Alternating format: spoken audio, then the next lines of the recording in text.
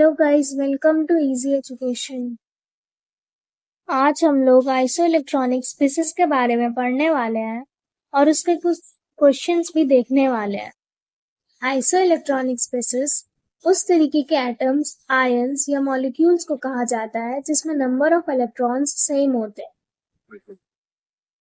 चलिए एक चीज रिकॉल करते हैं कि जितने भी एटम के ऊपर पॉजिटिव चार्ज होता है उसका मतलब उसने लॉस ऑफ इलेक्ट्रॉन किया है, और जितने भी एटम के ऊपर नेगेटिव चार्ज होता है इसका मतलब है कि उसने कुछ इलेक्ट्रॉन्स को गेन किया। चलिए एक एग्जांपल से समझते हैं।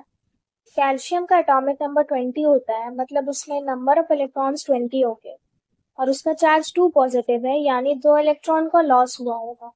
तो टोटल इलेक्ट्रॉन 20 - 2 दैट इज 18 होगा कैल्शियम के पास।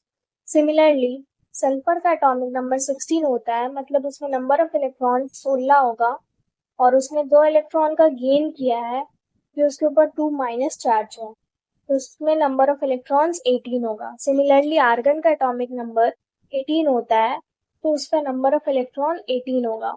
इन तीनों स्पीसीज में सेम नंबर ऑफ इलेक्ट्रॉन्स है, that is 18, plus these are आइसोइलेक्ट्रॉनिक्स।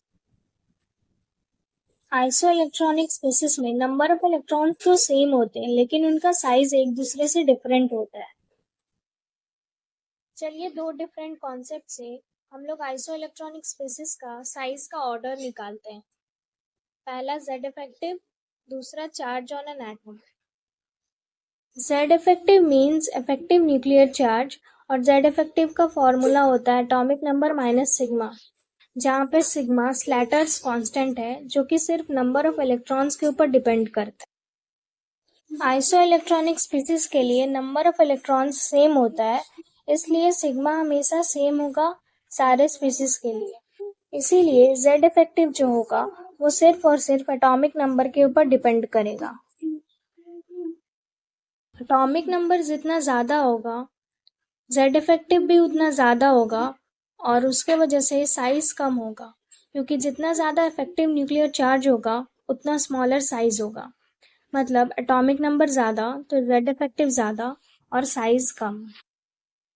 Size directly proportional होगा negative charge on the atom, क्योंकि जितना ज़्यादा नंबर ऑफ इलेक्ट्रॉन होगा प्रोटॉन से उतना ज़्यादा एटम का साइज इंक्रीज करेगा।